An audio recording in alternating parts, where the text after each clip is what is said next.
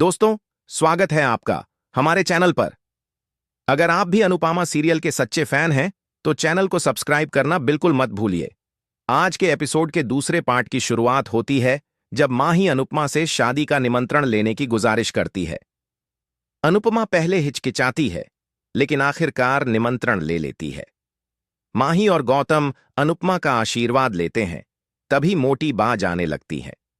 इसी दौरान परी मोटी बा के पैरों में गिरकर उनसे माफी मांगती है, कहती है कि उसे अपने ससुराल की तरफ से शादी अटेंड करने दी जाए।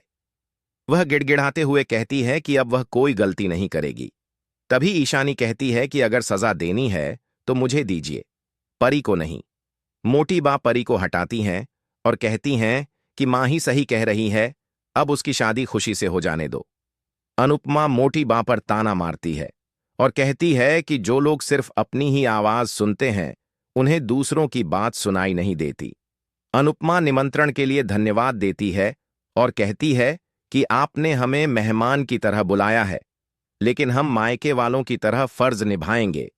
इसके बाद गौतम अनुपमा से कहता है कि उसे खुशी है कि जिन हाथों ने कभी उसे पीटा था अब वही हाथ उसकी बेटी का हाथ उसके हाथों में दे रहे हैं। अनुपमा हैरान हो जाती है। गौतम आगे कहता है कि वह माही को इतना खुश रखेगा कि अनुपमा उसे बेटा कहेगी, दामाद नहीं। दूसरी तरफ कहानी में ट्विस्ट आता है जब प्रेम को अपने बिजनेस इन्वेस्टमेंट में नुकसान का पता चलता है। वह घबरा जाता है और राही से झगड़ने लगता है। राही कहती है कि वह राजा और परी का घर नहीं टूटने देगी। उधर अनुपमा को भी गौतम की बातें याद आती हैं और वह असमंजस में पड़ जाती है कि क्या सच में गौतम बदल गया है या नहीं। राही अनुपमा से मिलती है और बताती है कि प्रेम का व्यवहार अचानक बदल गया है। अनुपमा उसे समझाती है कि प्यार में कई बार लोग कुछ बातें इसलिए छुपाते हैं ताकि अपनों को दर्द न हो।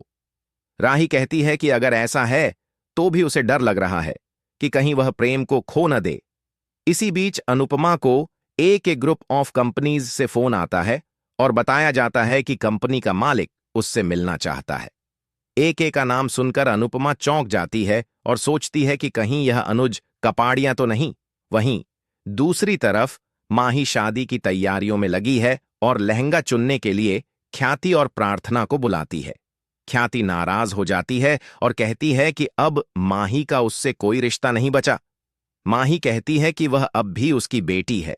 इसी बीच अंश और गौतम के बीच टकराव हो जाता है जब गौतम अपने बच्चे की बात करता है। अंश साफ कह देता है कि यह मेरा बच्चा है, तुम दोनों मेरी बीवी और मेरे बच्चे से दूर रहो। उधर अनुपमा भगवान से अपने बच्चों की भलाई के लिए प्रार्थना करती है। तभी उसे फिर एक कंपनी की याद आती है।